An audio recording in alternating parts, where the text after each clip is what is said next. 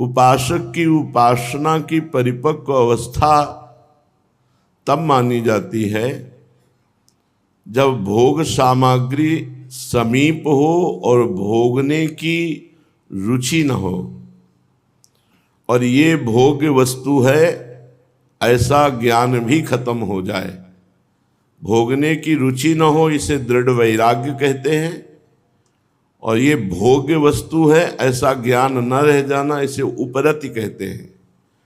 जो साधक उपरति अवस्था को प्राप्त होता है उसे ही सिद्ध कहते हैं। ये जीवन में लाना पड़ेगा, क्योंकि भोगों की बाहुल्यता माया आपके पास भेजेगी।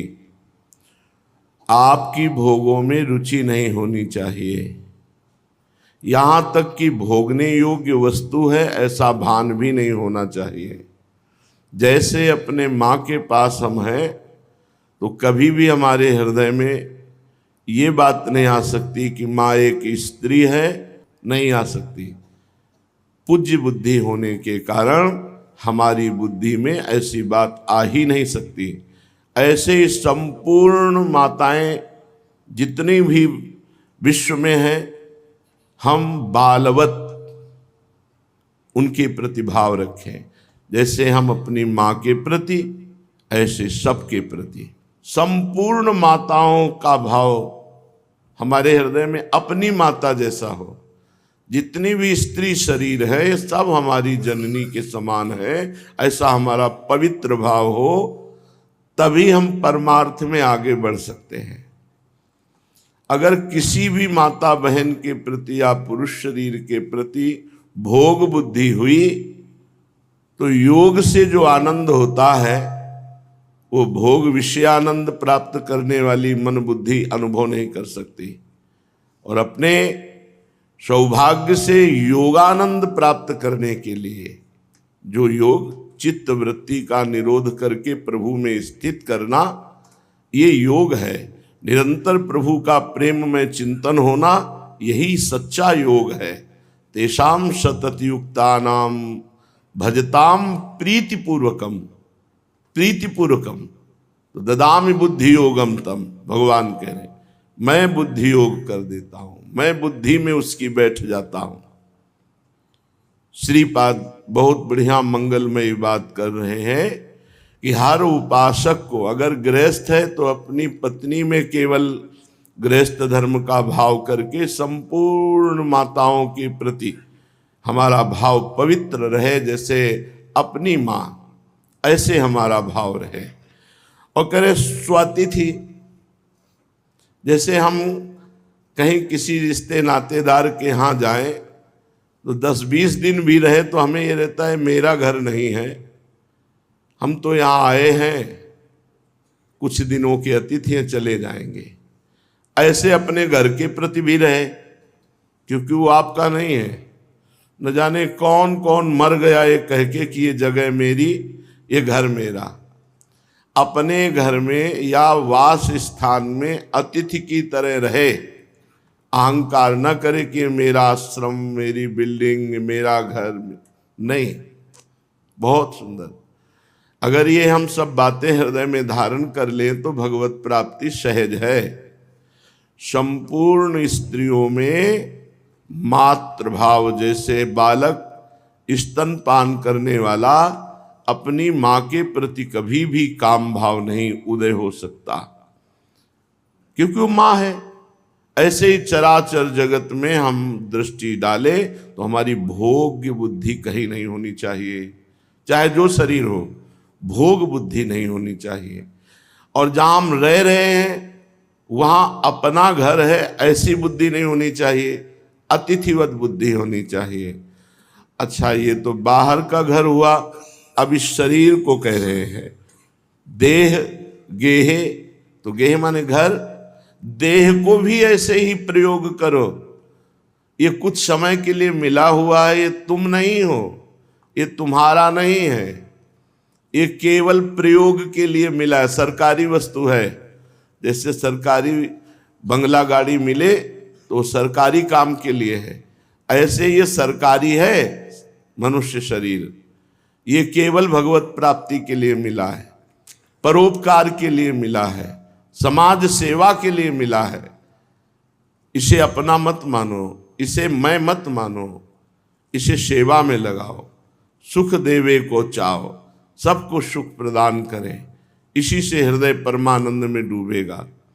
तो समस्त स्त्रियों में बालकवत भाव अपने में लाकर के सब मेरी मां, जैसे बालक को कभी काम नहीं सताता, ऐसे ही तुम बालकवत भाव में रहो, बालवत भाव में रहो। संपूर्ण स्त्रियों को मां के भाव में देखो। अपने घर को अतिथि की तरह सेवन करो। अपने शरीर को भी, ये स्थायी तुम्हारा न था, न है, न रहेगा। भ्रम से तुमने मैं मेरा मान लिया है। इससे केवल परोपकार, समाज सेवा, निरंतर भगवत भजन, पवित्र आचरण। द्वेषम संततमाचरस्त्वष्वपि तनुवाणी हृदय मित्रवत। जो अपने शरीर में निरंतर प्रियता रखते हैं वो दूसरों से द्वेष कर लेते हैं, दूसरों का अहित करने लगते हैं। अपनी शरीर की प्रियता जितना बढ़ेगी उतनी राक्षसी बुद्धि आ जाएगी। द्वेष करो इस बात से, क्रोध करो इस बात में कि जो शरीर की मांगे हैं, जो हमें भगवत विमुख करने वाली चेष्टाएं हैं, हम कभी इनको पूर्ण नहीं होने देंगे। देखो, अपने शरीर में प्रियता हो जाती तो दूसरे शरीर को उबाल के लोग खाते हैं, मांस भक्षण काटते हैं, हिंसा। जैसे हमें अपना शरीर प्रिय है, ऐसे पशु पक्षियों को भी अपना शरीर प्रिय है, पर अपने शरीर में प्रियता होने के कारण, सबलता होने के कारण वो निर्बल पशुओं की हत्या करके उनको भूंज के उबाल के ऐसे खाते। कितनी राक्षसी बुद्धि आ गई। बनते हैं मानव, बनते हैं अपने को बहुत महान बनाना चाहते, समाज में सम्मान और पद प्रतिष्ठा सब, और घृणित कार्य करते हैं। अर्थ अधिक बढ़ जाए और बुद्धि शुद्ध ना हो तो पाप के सिवा कुछ नहीं होता है। रोज शराब पीना, रोज नए नए व्यभिचार करना, रोज पशु पक्षियों का मांस खाना, ये सब बढ़ जाता है। जिनकी बुद्धि में भगवान का आश्रय नहीं, जिनकी जिह्वा में भगवान का नाम नहीं, उनके अंदर राक्षसी बुद्धि आ जाती है। शिष्णोदर परायण, जबान में स्वाद के लिए जीवों का मांस खाना, जनेंद्री में रोज नए नए शरीर का भोग करना, शराब पीना, गंदे विचार रखना। क्या जीवन है। पूर्व पुण्य के अनुसार इस बार तुम धनी मानी हो गए हो, अब ऐसे नीच योनियों में जाओगे कि तुम्हें कोई जानेगा भी नहीं। सारी मनमानी तुम्हारी ठीक हो जाएगी। इसलिए कह रहे हैं कि आप क्रोध करो इस बात पर अपने ऊपर जो आपकी इंद्रियां आपको गलत मार्ग में ले जा रही। नहीं करूंगा। ज्यादा उद्दंडता करें, 2 दिन 3 दिन उपवास कर लो, ठीक हो जाएंगे। उपवास करने से रजोगुण तमोगुण शांत होता है और सतोगुण बढ़ने लगता है। जहां कभी किसी की इंद्रियां इतनी बलवत्ता दिखावें कि वो भ्रष्ट ही होने वाले, तत्काल उनको उपवास में ले आओ, भोजन बंद कर दो। 2 दिन 3 दिन 4 दिन अपने आप सही हो जाएंगे। तो द्वेष करो इस बात से, क्रोध करो इस बात से कि आपकी इंद्रियां जब गलत मार्ग में जाएं तो आप उनका सहयोग न देकर उनको धिक्कारिए, उनको दंड दीजिए। उपवास आदि उनका दंड है। वो जो मांग रहे हैं वो न देना और उनके विरुद्ध चलना, ये उनको दंड देना है। और जो मांग रहे हैं वो दे देना, उनके अनुकूल चलना, ये अपने आप को दंड देना है, दुर्गति में पहुंचा देना है। श्रीपाद कह रहे हैं सबके प्रति शरीर से, मन से, वाणी से प्रिय व्यवहार करो, मित्र जैसा व्यवहार करो। पशु पक्षियों को भी प्यार करो। पशु पक्षियों के प्रति ऐसा व्यवहार, पता नहीं कौन सा महात्मा है, किस रूप में आया हुआ है। सही कहते हैं आपको। कौन किस रूप में है बिल्कुल पता नहीं, जब ना जाने किस रूप में भगवान आ जाए, और आपका स्वभाव है तिरस्कार करना, पशु पक्षियों को दुख देना, तो आप अपने भगवान को दुख देंगे।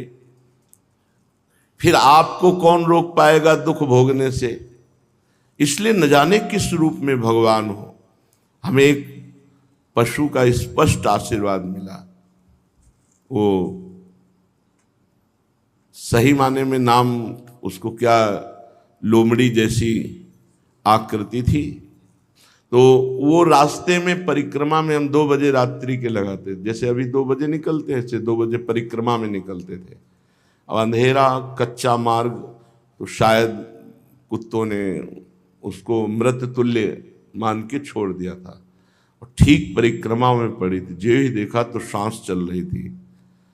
बैठ गए, रज में तो लेटी रहती, ऐसे ऐसे हाथ किया, क्योंकि वो बिल्कुल अशमर्थ। उसने आँख खोला, ऐसे कहा राधा राधा राधा राधा, बस आँख शांत हो गई।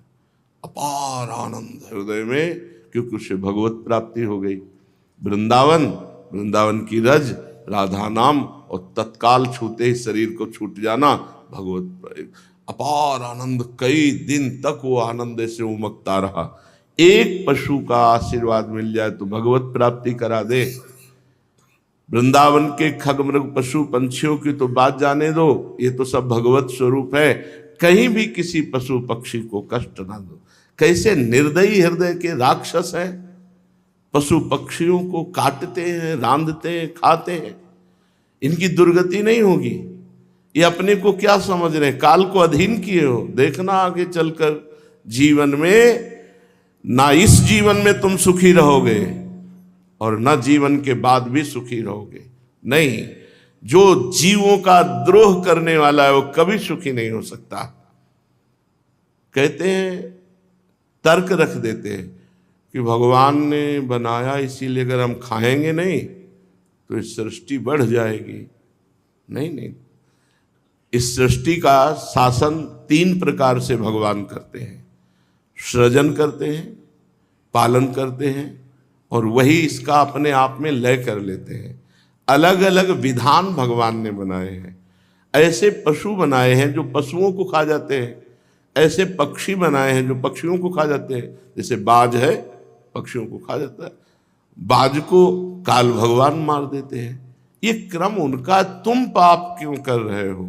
तुम मनुष्य हो, मनुष्य के लिए उचित नहीं। जो जिस योनि में है, उस अपनी योनि के अधिकार अनुसार यदि वो क्रियाएं उससे हो, उसको पाप नहीं लगता। जैसे जबरदस्ती बलात् पशुओं को हिंसा करके खाता है सिंह, तो सिंह को पाप थोड़ी लगता है। जैसे हम तरबूज पाते हैं तो हमको कोई पाप थोड़ी लगता है, ऐसे सिंह को पशु हिंसा करके खाने में कोई पाप नहीं। जैसे गरुड़ को सांप खाने में कोई पाप नहीं, चाहे जितना विषधर फणधारी हो, क्योंकि उसका विधान बनाया गया है, कानून है ऐसा जिसके लिए जो निर्धारित। जीव बिना जीवे नहीं। मूली है, गाजर है, गेहूं है, धान है, दाल है, ये सब पौधों में प्रकट हुआ है। ये सब जीवान्न है और उनके अंदर जीव है, क्योंकि जब हम वो पाते हैं तो वही सप्तम धातु बनती, और वही जब मैथुन क्रिया होती, सप्तम धातु स्त्री के गर्भ में जाती, तो वही जीव इस बालिका या बालक के रूप में उत्पन्न होता है, पुत्र या पुत्री के। तो उस अन्न में है ना जीवात्मा। हम बिना जीव के जी नहीं सकते, लेकिन निर्धारित किया गया है कौन जीव किस अंश से किसका भक्षण करे, अन्यथा उसके लिए फिर अपराध है। तो शरीर से, मन से, वाणी से हमारा सबके प्रति प्रिय, हितकर, मित्रवत व्यवहार हो। संपूर्ण स्त्रियों में माता के समान परम पवित्र भाव हो। चराचर जगत में किसी के प्रति भी हमारा द्वेष नहीं है। हमारा द्वेष हमारी इंद्रियों के प्रति है। जो हमारी इंद्रियां हमें गलत मार्ग में ले जाती हैं, हम उन पर शासन करें, उनको जलाएं, तप के द्वारा, व्रत के द्वारा, भजन के द्वारा उनको संयम में लाएं। शरीर, मन, वाणी से किसी भी जीव को हम कष्ट ना दें, किसी भी जीव को हम दुख ना दें।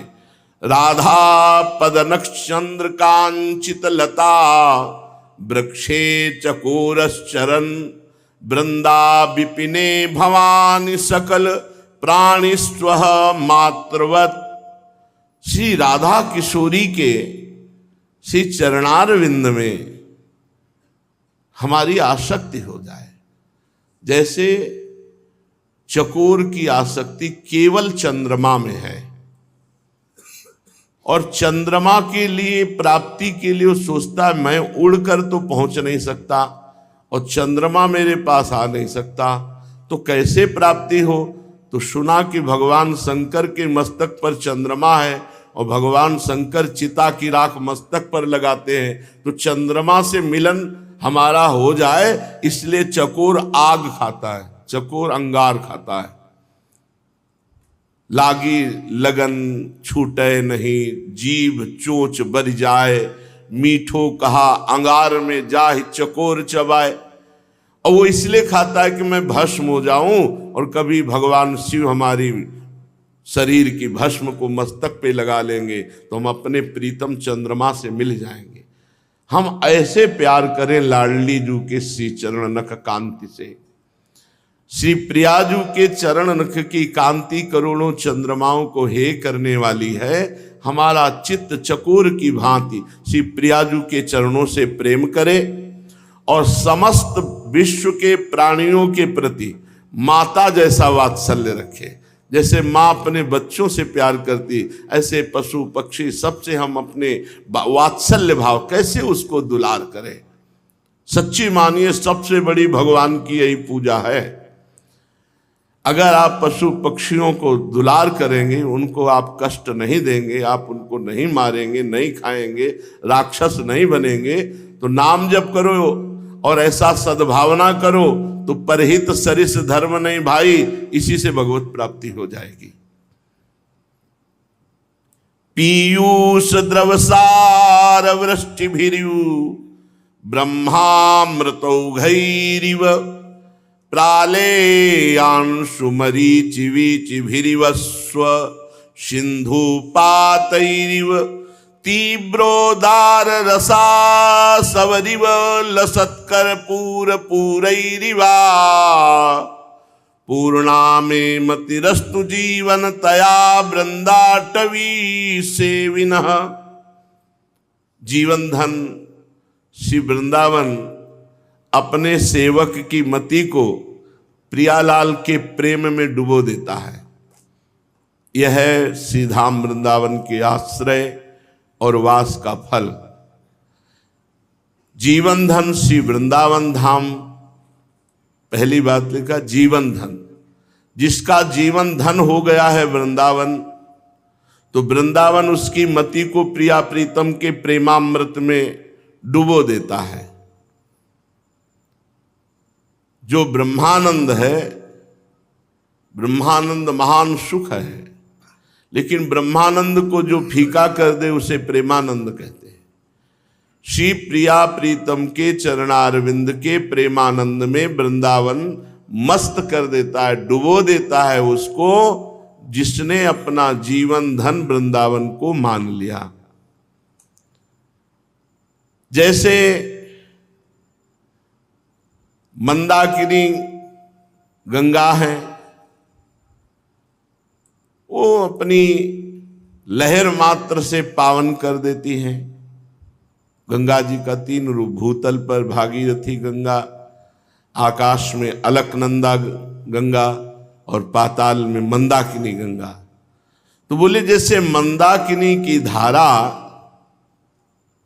क्यों कहा पाताल में भागीरथी की धारा बोलते, क्योंकि भागीरथी की धारा प्रकट है। मंदाकिनी की धारा यहां सहज नहीं है। अनसुईया जी ने अपने तपोबल से प्रकट किया, चित्रकूट में मंदाकिनी जी विराजमान। ऐसे ही आप वृंदावन का आश्रय लेकर भजन बल से इस धारा में डूब सकते हैं। ये सहज धारा नहीं है। भगवत ऋषि जी ने भी कहा है, संप्रदाय नवधा भगति वेद सुरसरी नीर, ललिता सखी उपासना है सिंहिन को छीर। है सिंहिन को छीर रहा है कुंदन के बासन, कै बच्चा के पेट और घट करे विनाशन। बोले चारों संप्रदाय, वेद, सिद्धांत, ये गंगा की परम पावन धारा है, कोई भी गोता लगा सकता है। पर वृंदावन में नित्य विहार रसपरायण श्री प्रिया प्रीतम का सहचरी भाव, बोले ये सिंगिनी का दूध है, ये स्वर्ण पात्र में टिकता है या बच्चा के पेट में टिकता है। तो ऐसे ही यहां जो मंदाकिनी गंगा की बात की कि मतलब वो गुप्त है, दुर्लभ है, ऐसे ही प्रेम जो है वो अनंग है, प्रेम अनंग है, ऐसे प्रकट में नहीं दिखाई दे रहा और सबके हृदय में विराजमान है, गुप्त है। अगर आप नाम जप करोगे तो ये धारा प्रकाशित हो जाएगी। बोले प्रेम मूल यह नाम है, प्रेमी रसिक जपत यह नाम, तो प्रेम मगन निज बन विश्राम, श्री हरिवंश जहा रहा है। इसमें ऐसे नहीं नहा सकते। इस धारा में नहाने के लिए आपको खूब निरंतर नाम जप करना होगा, श्री धाम का आश्रय लेना होगा, रसिकों का संग करके बच्चा बनना होगा, तब ये प्रेम रस हृदय में प्रकाशित होगा। श्री वृंदावन तदगत स्थिर चरान स्वानंद सच्चिद घनान, त्रैगुण्यास्पृश आप्लुतान हरिरसोद्वेलामृतैकाम्बुधौ, पश्यन्तौ विलसन्ति संत इह के प्याश्रित सर्वात्मना, श्री राधा चरणाम्बुजद्दल छायां महायोगिनः। श्रीधाम वृंदावन में जब स्थावर ये वृक्ष आदि, पशु पक्षी आदि बाहर से आकर वृंदावन में कोई वृक्ष लता लगा दी जाए, कोई पशु पक्षी आ जाए, तो वृंदावन उसे सच्चिदानंद रूप प्रदान कर देता है। क्या साधना की वृक्ष ने, क्या साधना की बाहर से आए हुए पक्षी ने, विश्वास करो इस बात पर। श्री वृंदावन तदगत स्थिर चरान स्वानंद सच्चिद घनान। तो आप जब मनुष्य शरीर में वृंदावन वास करेंगे तो आपको सच्चिदानंद रूप की प्राप्ति नहीं हो जाएगी क्या? जब पशु पक्षियों को, जड़ वृक्षों को भी सच्चिदानंद घन रूप प्रदान कर देता है वृंदावन, जो वृंदावन की इस भूमि में स्थित हो गया, चाहे वो पशु पक्षी हो चाहे लता हो, वो सच्चिदानंद रूप को प्राप्त हो जाता है, तो तुम तो मनुष्य शरीर से वृंदावन प्राप्त किए हो, विश्वास करो तुमको निश्चित सच्चिदानंद रूप की प्राप्ति होगी। ये त्रिगुणमय जो माया समुद्र है, ये तुम्हें अब डूबो नहीं पाएगा। तुमने वृंदावन का आश्रय ले लिया, तुमने वृंदावन का वास स्वीकार कर लिया, तो त्रिगुण मायामय ये समुद्र तुम्हें नहीं डुबा सकता। अब तुम्हें डुबाएगा, जरूर डुबाएगा, पर वो हरिरस प्रेम उच्छलित समुद्र डुबाएगा, त्रिगुण में माया में समुद्र नहीं डुबाएगा। हरिरस, हरिरसोद्वेलामृतैकाम्बुधौ, हरिरस अमृत समुद्र, प्रेमामृत, प्रिया प्रीतम का प्रेम रस तुम्हें डुबाएगा वृंदावन के आश्रय से। अब तुम्हें माया में समुद्र नहीं डुबा सकता। और कह रहे पश्यंतो विलसंत संत इह के प्याश्रित सर्वात्मना। कोई बिरला ही संत ऐसा होता है जो वृंदावन का आश्रित तो प्रिया प्रीतम को देखने के लिए व्याकुल है। वो महायोगी श्री राधा चरणाम्बुज दल की छाया का सर्वभाव से आश्रय लेकर कभी वृंदावन को नहीं छोड़ता, तो प्रिया प्रीतम का साक्षात्कार पा जाता है वृंदावन की कृपा से, रजरानी की कृपा से। यदि मनुष्य जीवन मिला और आप प्रिया प्रीतम से अपनापन नहीं कर पाए, भजन नहीं कर पाए, तो कह रहे धिंग धिंग मामी देह गेह ममता विष्टम तथैव सूत्रप, लोकाराधन साधन प्रणयनम क्षुद्र स्तवोत्फुल्लितम। धिक्कार है हमारे जीवन को। ना हम वृंदावन धाम वास कर पा रहे हैं, ना हम नाम जप कर पा रहे हैं, ना हम प्रिया प्रीतम के रूप में आसक्त हैं, ना उनकी लीला गुण गा रहे हैं, तो धिक्कार है हमारे जीवन को। नाम रूप लीला धाम से यदि नहीं जुड़े तो धिंग धिंग मामी ही। क्यों? देह गेह ममताविष्टम तथैवा सूत्रप। बस वही शरीर का प्यार, शरीर संबंधियों का प्यार, यही ममता में फंस करके हम अपने जीवन को नष्ट कर रहे हैं। ना धाम से, न नाम से, न रूप से, न लीला से। ये जो चारों परम पद प्रदान करने वाले हैं, इनमें से हम किसी में से नहीं जुड़े तो हमारा जीवन धिक्कार है।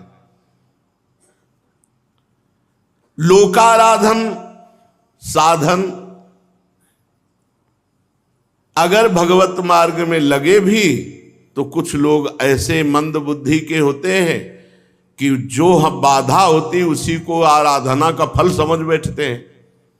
कंचन कामिनी कीर्ति ये हमारी भगवत प्राप्ति में बाधा है और इसी की चाह को समझते हैं भगवान की बड़ी कृपा है। लोकाराधन साधन, अपने साधन को बना दिया लोकाराधन। कृपा का तो स्वरूप है कंचन कामनी कीर्ति में राग का त्याग हो जाए और प्रिया प्रीतम प्राण प्रिय लगने लगे। प्रणयनम क्षुद्रम स्तवोत्फुल्लितम, इन छोटी छोटी क्षुद्र मायामयी बातों में वो प्रफुल्लित होने लगता है। क्षुद्र बातें, गाड़ी घोड़ा रुपया पैसा मिला, अहंकार नहीं होना चाहिए, प्रियता नहीं होनी चाहिए, हर्ष नहीं होनी चाहिए। जैसे प्रभु तुम राखो, महलों में राखो, चाहे झोपड़ी में वास दो, वो आपकी बात है। अब इनमें प्रसन्न नहीं होना चाहिए, हर्षित नहीं होना चाहिए। कह रहे तवोत्फुल्लितम,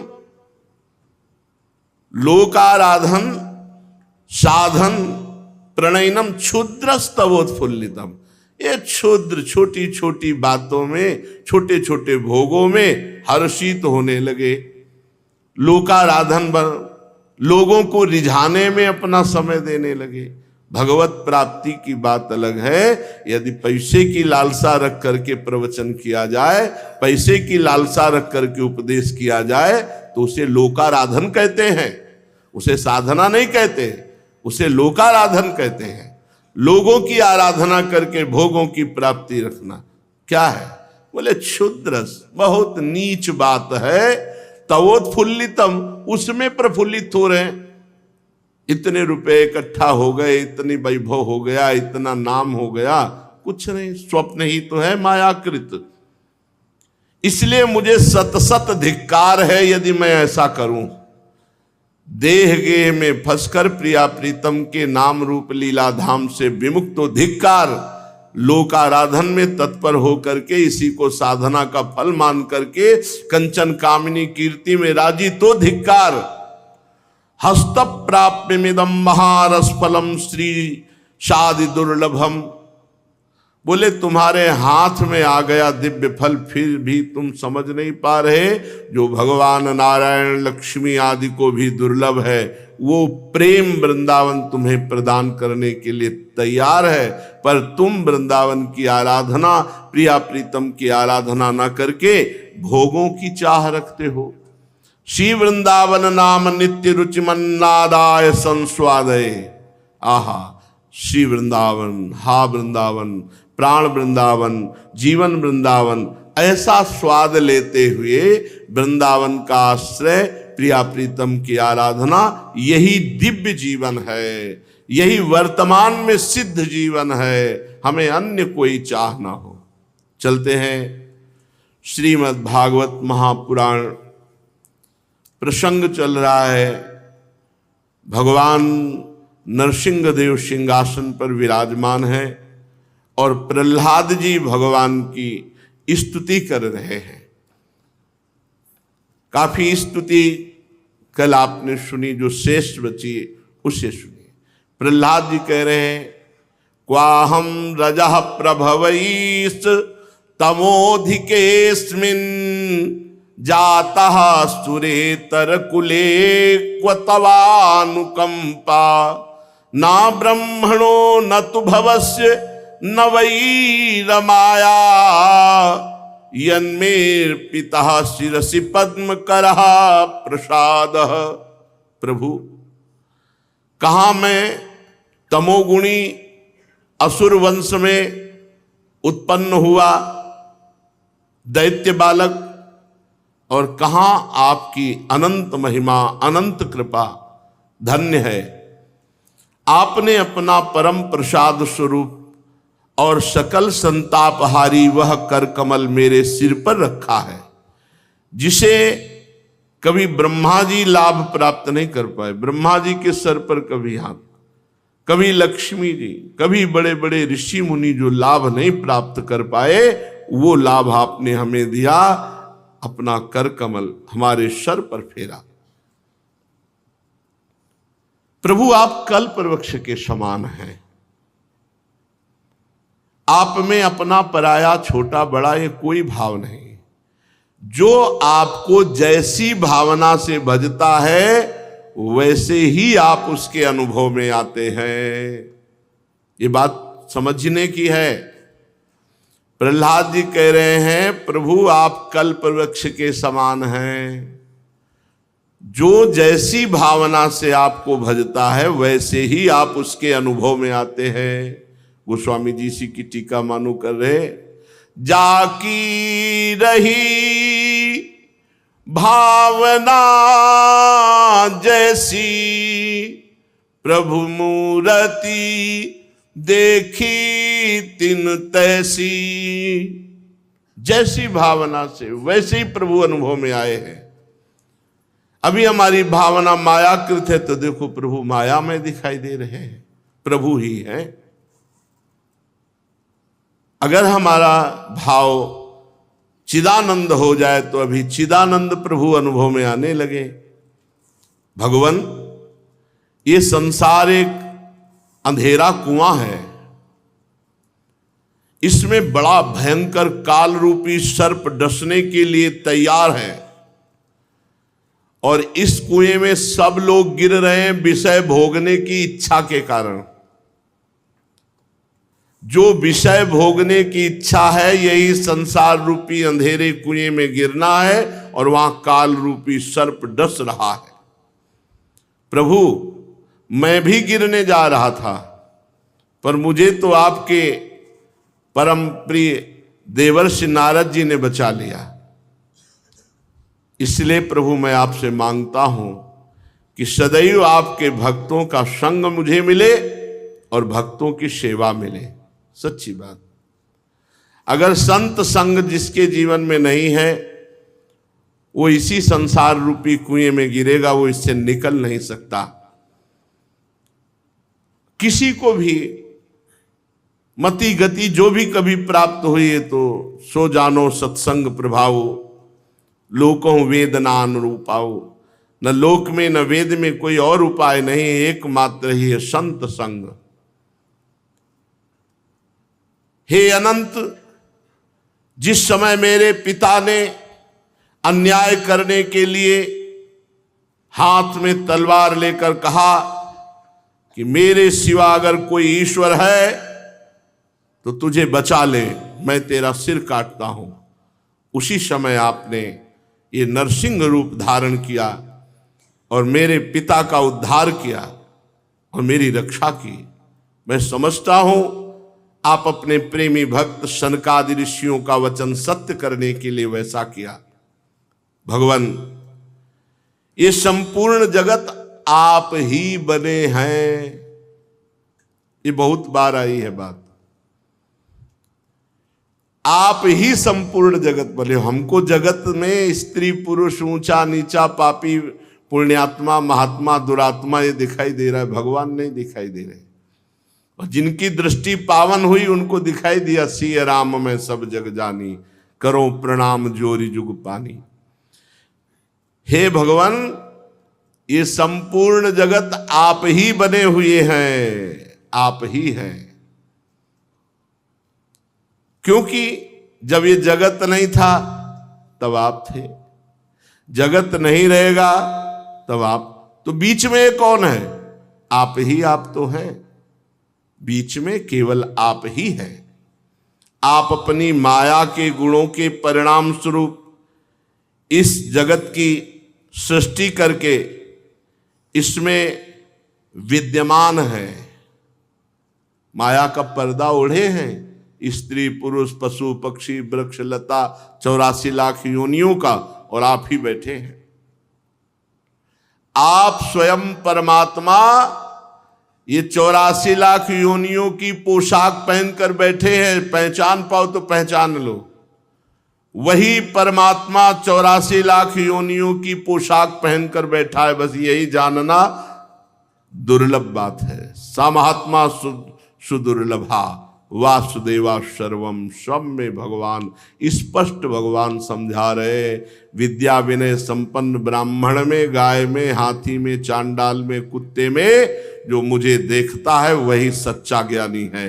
विद्या विनय संपन्ने ब्राह्मणे गविहस्तनी सुनी चय सुपाके चा पंडिता समदर्श। उसी के नेत्र सही है जो इन सब पोशाकों को पहरे हुए मुझे देखता है। कितना बढ़िया ज्ञान है। 84 लाख योनियों की पोशाक पहने हुए मेरा प्रभु ही विराजमान है। बस पहचान लो, इन कपड़े बदलने से हमारे प्रभु नहीं बदल जाते। जैसे हम किसी अभिनेता अभिनय करने वाले को पहचानते हो तो हर स्वांग में हर रोल में पहचान लेंगे। चाहे वो क्रूर रोल कर रहा हो, चाहे दया वाला रोल कर रहा हो, चाहे धर्म वाला कर रहा हो, चाहे अधर्म वाला, पहचान लेते हैं ये वो कलाकार है, ये अमुक है। ऐसे पहचानो 84 लाख योनियों की पोशाक पहनकर नाटक करने में एकमात्र परम प्रवीण भगवान श्री कृष्ण ही हैं। जगन नाटक वैभवा। प्रभु जब आप माया में पोशाक धारण करते हैं तब आप पहचान में नहीं आते। ऐसी लीला करते हैं पहचान में नहीं आते, क्योंकि आप मालूम ही नहीं पड़ता कि आप हैं। ऐसे अभिनेता हैं हमारे प्रभु। अपना जब रूप छिपा करके माया में रूप धारण करते हैं तो पहचान में नहीं आते हैं। भगवान ये पूरा जगत आप ही हैं, आपसे भिन्न कुछ भी नहीं है। यही ज्ञान अंदर बैठ जाए। अपना पराया मैं तू भेदभाव ये सब मायाकृत है, माया है। ये जन्म स्थिति लय माया है। अपना पराया मैं तू भाव भेद ये जो है छोटा बड़ा ऊंचा नीचा ये माया है। ये सृष्टि ये पालन ये लय ये एक स्वप्न है, माया का खेल है, सत्य नहीं है। ये सत्य नहीं है। ना सतो विद्यते भाव, नहीं सत्य है। थोड़ी थोड़ी देर में झूठा हो जाता है। सत्य कैसे? जब सो रहे थे तो स्थूल देह झूठा हो गया था, पता ही नहीं था है भी कि नहीं। और जब जगे तो स्वप्न झूठा हो गया।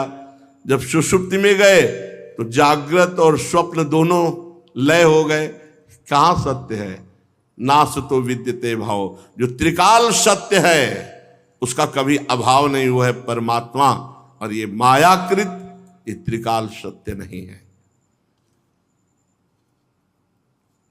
भगवान आप अपने स्वरूप में संपूर्ण विश्व को समेट करके निष्क्रिय होकर प्रलयकालीन जल में शेष शैया पर आंख मूंदे हुए शयन करते हैं। हे स्वयं प्रकाश, जब कोई अपने स्वरूप में स्थित हो जाता है तो वो भी तुरीय पद को प्राप्त हो जाता है। शंकर सहज स्वरूप संभारा, लाग समाधि अखंड अपारा। स्वरूप ही शांताकार है। जैसे भगवान प्रलयकालीन जल में शेष शैया पर शयन करते हैं, ऐसे ही संपूर्ण सृष्टि का स्वाप्निक जो स्वरूप था वो लय को प्राप्त हो गया और आत्मज्ञानी अपने आत्म स्वरूप में स्वयं ब्रह्म स्वरूप में स्थित होकर वो परमानंद में शयन करता है। प्रभु काल शक्ति और प्रकृति यही आपकी रचना है। इसी से सब प्रकट होता है। जब भगवान शयन करते हैं तो काल शक्ति को छोड़ देते हैं और मूल प्रकृति को, मूल प्रकृति भगवान में योग निद्रा रूप से स्थित रहती है। और जहां काल समय पूरा हुआ तहां मूल प्रकृति में क्षोभ हुआ तो त्रिगुणात्मिका प्रकट, सतोगुण, रजोगुण, तमोगुण, और आपका शरीर विराट रूप ब्रह्मांड धारण कर लेता है। और उसी जैसे बट बीज से वृक्ष निकले, ऐसे आपके नाभि कमल से ब्रह्मांड कमल उत्पन्न होता है। उसमें ब्रह्मा जी प्रकट होते, ब्रह्मा जी से संपूर्ण सृष्टि प्रकट होती है। तो हुए तो आप ही ना सब रूपों में। हे प्रभु, हे वैकुंठनाथ, मेरे मन की बड़ी दुर्दशा है। देखो, ये महापुरुष जन हमारे मन की बात प्रभु से करते हैं। जिनके सामने प्रभु विराजमान है, भला उनके मन की क्या दुर्दशा होगी। भला इतने सिद्ध महापुरुष प्रहलाद जी के मन की क्या दुर्दशा होगी। पर वो हमारे मनों को पढ़कर कह रहे हैं कि हे वैकुंठनाथ, मेरे मन की बड़ी दुर्दशा है। ये पाप ही सोचता रहता है, इसे छोड़ दो, इस पर शासन न करो तो गंदी बात ही सोचेगा, बस और कुछ नहीं। बड़ा कलुषित है मन और बड़ा दुष्ट है मन। प्रहलाद जी वर्णन कह रहे कि प्रभु बड़ी इसकी दुर्दशा है। नई तन्मनस्तव कथा सुविकुंठनाथ, संप्रीयते दुरित दुष्ट मसाधु तीव्रम। संप्रीयते दुरते, ये सदैव गंदी बातें, गंदे आचरण, गंदा विचार, ये इसे अच्छा लगता है, इसकी प्रीति है गंदी बातों में। और दुष्ट, ये बड़ा दुष्ट है, मसाधु है, अर्थात असाधु, गलत चिंतन, गलत आचरण, गलत विचार, ये दुष्ट है। ये कामनाओं में कामातुरम हर्ष शोक भयषणार्थम, ये या तो किसी भोगों की कामना करेगा और नहीं किसी बात को लेकर भयभीत हो जाएगा। कभी हर्ष पैदा करेगा, कभी शोक पैदा करेगा, कभी इस लोक की बात में रति करेगा, कभी परलोक की बात सुनेगा, कभी धन में रति करेगा, कभी स्त्री में रति करेगा। ये बहुत दुष्ट है मन। आपकी लीला कथा में नैतन मनस्तो कथा सुविकुंठनाथ, हे वैकुंठनाथ, हे भगवान हरि, आपकी लीला कथा में, आपके नाम में तो कभी लगता ही नहीं है। मैं बहुत दीन हो रहा हूं, कैसे आपका चिंतन करूं, क्योंकि चिंतन होता है मन से, और मन है दुष्ट, मन है बड़ा विषयी। प्रभु, हमारी ऐसी दुर्दशा है जैसे एक पुरुष की कई पत्नियां हो और सब अपनी अपनी सैया की तरफ उसे घसीट रही हो, तो उसकी कैसी दशा होगी। ऐसे हमारी दशा हो रही। जिह्वैकतोच्युत विकर्षति मा वितृप्ता, शिष्णोन्यतस्त्वगुदरम श्रवणम कुतश्चित। प्रभु, ये जिह्वा स्वाद के लिए घसीट रही है, अच्छा अच्छा खाने को मिले, इतना मन दुष्ट है, ये दुर्दशा किए है। आपके नाम जप में नहीं लगेगा, लीला कथा में नहीं लगेगा, परमार्थ की बातों में नहीं लगेगा, गंदी बातों में लगेगा। हमारी दुर्दशा किए हुए है। जैसे कई स्त्रियां हों एक पुरुष के, वो अपनी अपनी सैया की तरफ घसीट रही हो, ऐसी दुर्दशा है कि जीव घसीट रही अच्छे अच्छे पदार्थों के पाने के लिए। ये खाया जाए, ये पिया जाए, ये खाया जाए, बस इसी में। जनेन्द्री शिष्णोत्यंत, जनेन्द्री बार बार भोग के लिए,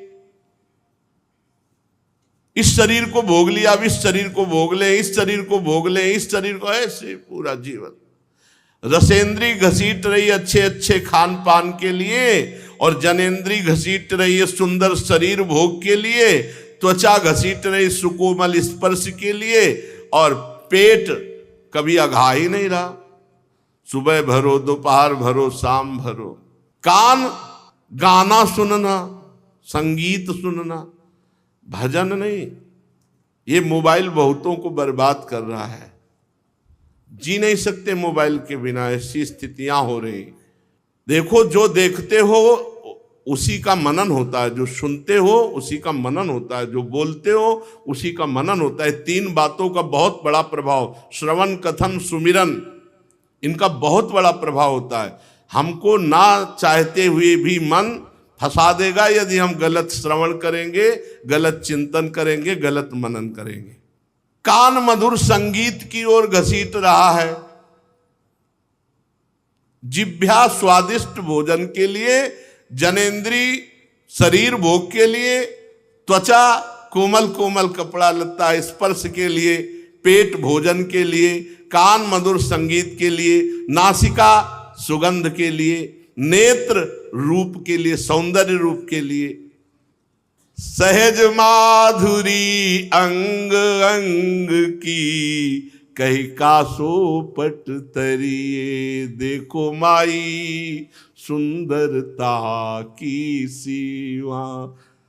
छिन छिन नवीन नवीन रूप माधुरी प्रकट हुई। ये सुंदर सुंदर हमारे लालजू हैं, जहां ऐसी सुंदरी प्रियाजू चकोरी की भांति देख रहे हैं, जहां ऐसे सुंदर लालजू चकोर की भांति प्रियाजू को देख रहे हैं। अरे इधर आओ, कहां पहुंच रहे हो? सुंदर तो प्रभु है, सुंदर तो प्रियाजू है, सुंदर तो सहचरियां है। एक सहचरी प्रकट हो जाए ना तो करोड़ों लक्ष्मियों को मूर्छित कर दे, ऐसी सुंदर सहचरी है। लक्ष्मी कोटि विलक्ष लक्षण लसल, लीला किशोरी सतई, राधाध्यम ब्रज मंडलेति मधुरम, राधा विधानम परम।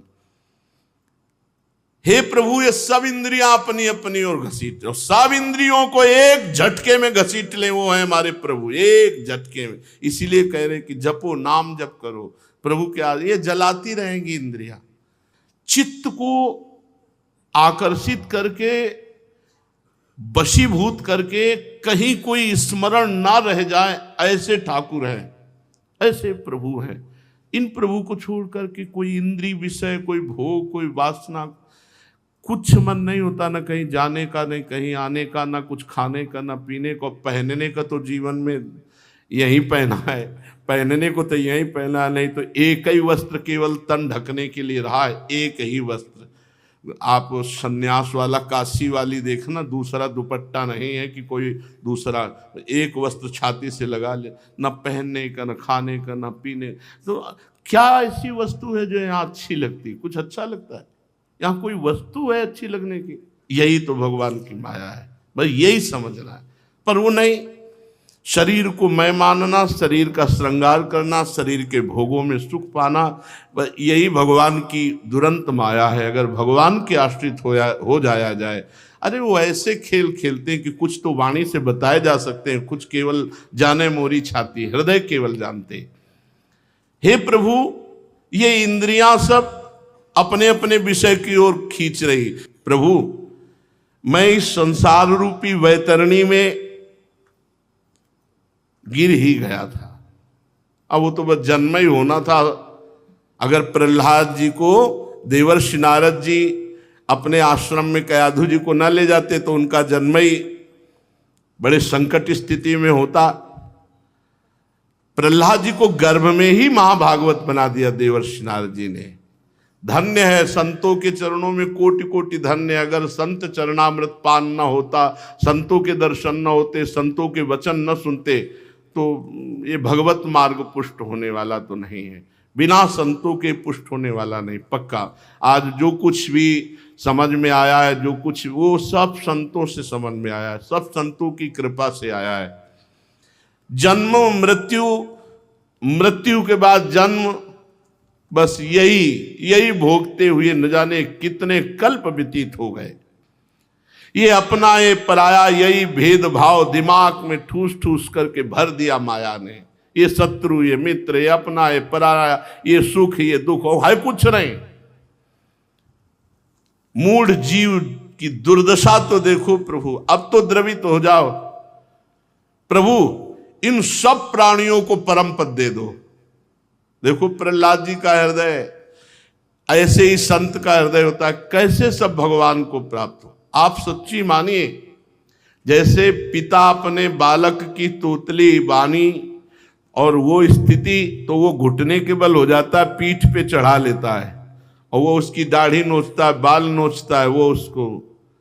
ऐसे ही संत जन अपनी स्थिति से उतर करके हमको प्यार करते हैं, दुलार करते हैं। किस लिए?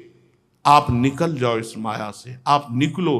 कम से कम एक जगह मन लग जाए कि मेरे प्रभु, मेरे गुरुदेव, मेरे महाराज जी, मेरे स्वामी जी, एक जगह मन लग जाए तो कपिल भगवान कहते हैं जैसे संसार में की हुई आसक्ति बंधन का कारण, वैसी ही आसक्ति यदि संत महात्मा से हो जाए, बस जैसे मेरी माँ, मेरे पिता, ऐसे एक भी आसक्ति अंदर से हो जाए तो मोक्ष का खुला हुआ द्वार है। क्यों? क्योंकि जहां हमारा चिंतन जाता है, उनका चिंतन प्रियालाल में जाता है, हमारा तो काम बन गया। हमारे चिंतन का विषय वे, उनके चिंतन का विषय प्रियालाल, हमारा कनेक्शन पूरा प्रियालाल से ही है। हे जगत गुरु, इस संसार चक्र में जो भटके हुए जीव हैं वो सब आपके कृपा पात्र हैं। भूले भटके पुरुषों के लिए आप ही एक सहारा हो प्रभु। हमें आवश्यकता नहीं आपके इस संसार से पार होने की, हमें चिंता नहीं है इस संसार की, हमें इसकी आवश्यकता नहीं। हम तो आपसे विनय कर रहे हैं इन सांसारिक प्राणियों के लिए, हमें आपकी चिंता नहीं। आहा, मूढ़े सुवई महदनुग्रह आर्त बंधो, ये जो मूढ़ लोग हैं आपके भजन से विमुख है, इन पर कृपा करो प्रभु। हमें इस संसार से पार होने की चिंता नहीं है और हमें इस अनुग्रह की आवश्यकता नहीं है, क्योंकि हम आपका नाम जप करते हैं, आपका चरणामृत पीते हैं, आपके लीला कथा श्रवण कथन में चित्त लगाए हुए हैं। प्रभु, इस संसार से पार होना बहुत कठिन है दूसरों के लिए, मुझे नहीं। इतने विश्वास से प्रभु के सामने बोलना बहुत बड़ी बात है। मुझे नहीं, मुझे इस संसार से तनिक भी कोई चिंता नहीं, कोई भय नहीं है। क्यों? क्योंकि मेरा चित्त आप में लगा हुआ है। मुझे नहीं भय है, मुझे नहीं आपसे कृपा चाहिए कि मुझे संसार से पार कर दीजिए, क्योंकि मेरा चित्त आप में लगा हुआ है। जब मैं आपकी लीलाओं का गान करके मगन रहता हूं तो मुझे किसी भी तरह का कोई भय, कोई चिंता, कोई शोक नहीं। ये संसार का झूठा सुख अब हमको नहीं लुभायमान कर सकता। ये ठसक देखो, ये संसार का झूठा सुख हमें लुभायमान नहीं कर सकता। ये संसार का भार वही ढोते हैं जो आपका नाम जप नहीं करते, आपकी लीला कथा में चित्त नहीं लगाते, वही इसी में डूब जाते हैं, डूब जाते हैं। मेरे स्वामी, बड़े बड़े ऋषि मुनि मुक्ति के लिए निर्जन वन में जाकर के मौन व्रत धारण करके भारी तपस्या करते हैं, परंतु मेरी तो दशा ही कुछ और है। मैं इन भूले हुए, दुख भोगते हुए संसार के प्राणियों को छोड़कर अकेले मुक्त नहीं होना चाहता। जय हो प्रहलाद जी की। यही भक्त का हृदय होता है। बड़े बड़े ऋषि मुनि अपने कल्याण के लिए एकांत में गए, मौन होकर तपस्या की, जीवन छोड़ा, भगवान को प्राप्त हुए। लेकिन मैं ऐसा नहीं, मेरी तो दशा ही कुछ और है। प्रहलाद जी कह रहे, मैं इन भूले हुए प्राणियों को छोड़कर अकेला मुक्त होना नहीं चाहता, और मुझे भी एक बात पर विश्वास है कि आप इनका कल्याण कर सकते हो, दूसरा कोई साधन नहीं। हे नाथ,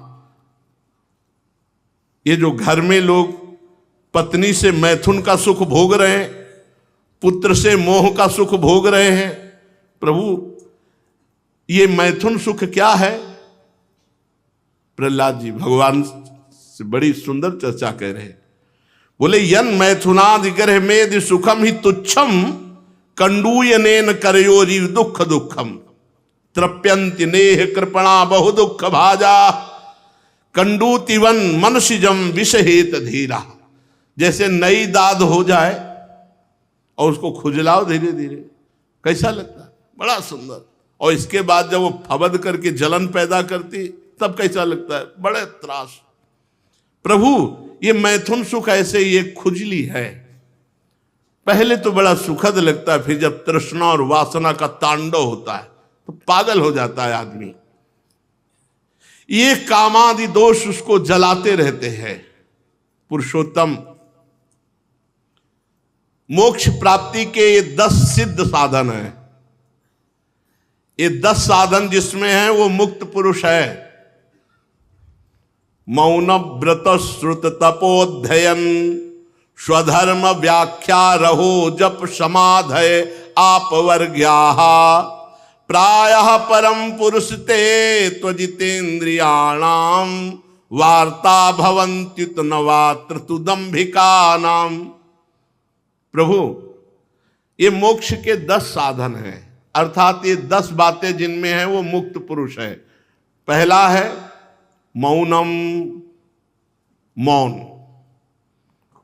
मौन का 2 तात्पर्य है, एक मन का निसंकल्प हो जाना मौन है, एक वाणी को रोक लेना मौन है। वाणी को रोक लेना प्रारंभिक मौन है और असली मौन है मन का ही निसंकल्प हो जाना। दूसरा ब्रह्मचर्य, जो ब्रह्मचारी है वाणी और मन से मौन है और जो शास्त्र श्रवण में तत्पर है, तपस्वी है और जो नित्य पाठ परायण है, जो अपने धर्म का पालन करता है और जो शास्त्रों की चर्चा बड़ी युक्ति से करता है, एकांत सेवन और निरंतर जप परायण और समाधि, ये 10 जिसमें हैं वो मोक्ष को प्राप्त हुआ महापुरुष है। मौन, ब्रह्मचर्य, शास्त्र श्रवण, तपस्या, स्वाध्याय, स्वधर्म पालन, युक्तियों से शास्त्रों की व्याख्या, एकांत सेवन, जप और समाधि। परंतु ये बहुत कठिन है।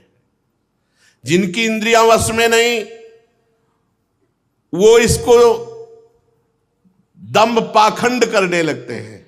इन्हीं साधनों का दंभ पाखंड करने लगते हैं, दिखावा करने लगते हैं और अपने जीवन निर्वाह का साधन बना लेते हैं।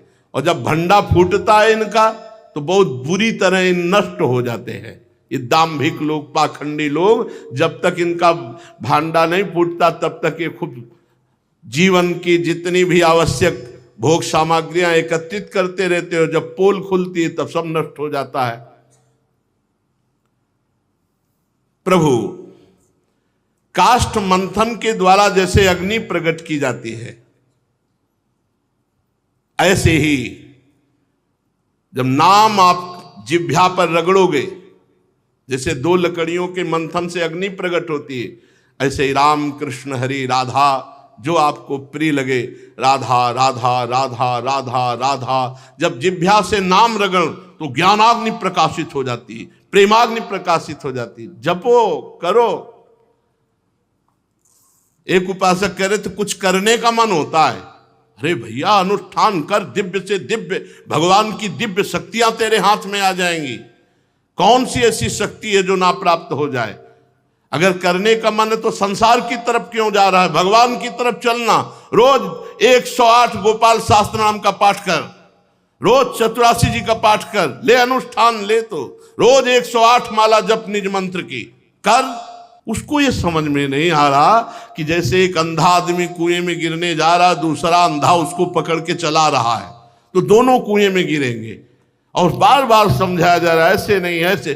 फिर लगता है जैसे बच्चा कहे कि हमें आइसक्रीम पवा दो, फिर हम ये कार्य कर देंगे। तो ले भाई, भगवान की कोई कृपा उदय हुई है, अभी उसका लाभ ले लो, नहीं तो फिर बाद में केवल पछताना ही पछताना है। जो अग्नि, वायु, पृथ्वी, जल, आकाश, इन्हीं से बना हुआ शरीर है, इसको मैं मान रहा, कितना गलत हो गया है। इसको मैं मान रहे, इंद्रियां, प्राण, मन, चित्त, अहंकार, इसी को सब कुछ अपना मान रहे, और ये मायाकृत है, इसीलिए माया में चित्त लग रहा है। प्रभु जब तक आप कृपा नहीं करेंगे ये जीव नहीं हट पाए। और प्रभु की कृपा का हमारे ऊपर बहुत वर्षा है एक तरह से। कैसे? पर रोज सत्संग मिल रहा है, रोज साधु संग मिल रहा है और आपको कृपा का अनुभव नहीं हो रहा।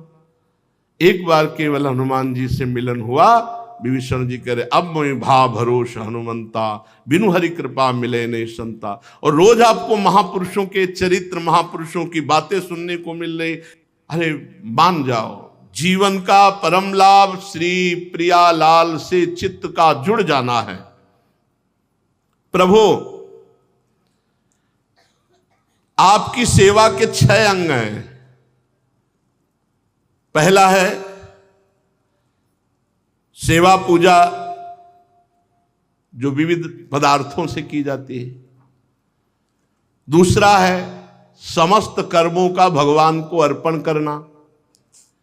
तीसरा है भगवान की स्तुति, रोज स्तुति करना। चौथा भगवान को प्रणाम करना। ये सब नियम दिए हुए हैं, सबको बोला है, चाहे 5 बार, चाहे 11 बार, चाहे 21 बार, चाहे 101, 51, ऐसी दंडवत का नियम लो। हम कहा चाहे स्त्री शरीर हो चाहे पुरुष शरीर हो, 11, 21, 51, 108 दंडवत का नियम लो। क्या चला जाएगा? 10 मिनट अगर आप दंडवत करोगे तो शरीर भी स्वस्थ रहेगा और अपनी सेवा भी होगी। भगवत प्राप्ति की इस सेवा के, भक्ति के 6, ऊपर सुना मोक्ष प्राप्ति के 10 साधन: मौन, ब्रह्मचर्य, शास्त्र श्रवण, तपस्या, स्वाध्याय, स्वधर्म पालन, युक्तियों से शास्त्रों की व्याख्या, एकांत सेवन, जप और समाधि। और यहां भगवत प्रसन्नता के लिए जो सेवा की जाती है उसके 6 अंग। उसमें पहला आप रख लीजिए, आप दंडवत प्रणाम कितना करते हैं? सबके लिए प्रार्थना है। अरे 5 रख लीजिए, 11 बार दंडवत क्या जाता है? 2 मिनट में 5 दंडवती हो जाएंगी। 5 बार मंत्र जप किया और दंडवत हुए। मान लो स्त्री से पंचांग करो, पुरुष शरीर साष्टांग करो, लेकिन नियम तो चलना चाहिए। भगवान की स्तुति गाना, जैसे स्तुति में अपने सब सुधा निधि पूरी स्तुति है, 5 श्लोक याद कर लो सुधा निधि के, और रोज प्रियाजू के सामने 5 श्लोक सुना दो, स्तुति हो गई, प्रणाम नमस्कार हो गया, और समस्त कर्मों का अर्पण। तो अब जैसे अपने लोग हैं तो कुछ रह ही नहीं गया तो क्या अर्पण करें, पर जिनका है अभी कुछ, तो सुबह से शाम तक अर्पण करने की विधि रखो। 1-1 घंटे में अपने समय को, जो कर्म किया है कर्म सहित समय को भगवान को अर्पण कर दो। सेवा पूजा, जो भी सामग्री अच्छी से अच्छी तुम अर्पित कर सकते हो, प्रियालाल को अर्पित करो। चरण कमलों का चिंतन करते हुए नाम जप, प्रियालाल के गौर श्याम चरणों का चिंतन करते हुए नाम जप, और भगवान की रोज लीला कथा सुनना। इन 6 अंगों का पालन किए बिना किसी को भक्ति प्राप्त नहीं हो सकती। 10 लक्षणों का पालन किए बिना कोई मोक्ष नहीं प्राप्त कर सकता। 6 अंगों का पालन किए बिना कोई भक्ति नहीं प्राप्त कर सकता। तो अपने भक्ति मार्ग में है, नियम से रोज दंडवत, नियम से चाहे 1 श्लोक सुनाओ, रोज प्रियाजू को श्लोक सुनाओ। नियम से अपने समस्त कर्मों को प्रभु को अर्पित करो। रोज सेवा पूजा जो अपने ठाकुर जी की है, बिल्कुल अंदर से चिंतित रहो, मेरे ठाकुर इस समय भूखे होंगे। ऐसी भावना जब जागृत हो जाए, कितनी जल्दी मैं जाऊं और अपने ठाकुर को भोग अमनिया करके पवाऊं। सेवा पूजा और भगवान के चरणों का चिंतन करते हुए नाम जप करना, और भगवान की लीला कथा रोज नियम से सुनना, इन 6 अंगों से भक्ति की प्राप्ति हो जाती है। प्रभु जब भक्ति प्राप्ति हो जाती है तो आप फिर दूर नहीं रहते, साथ खेलते हैं, पक्का पक्का। आप तो अपने परम प्रिय भक्त जनों के सर्वस्व हैं, आप अपने भक्तों के सर्वस्व हैं। नारद जी कहते हैं, इस प्रकार प्रहलाद जी ने बड़े प्रेम से, बड़े दिव्य ज्ञान संपन्न भगवान की स्तुति की और भगवान के चरणों में सर रख करके चुप हो गए। नरसिंह भगवान का क्रोध अब शांत हो गया है। बड़ी प्रसन्नता से श्री भगवान बोले,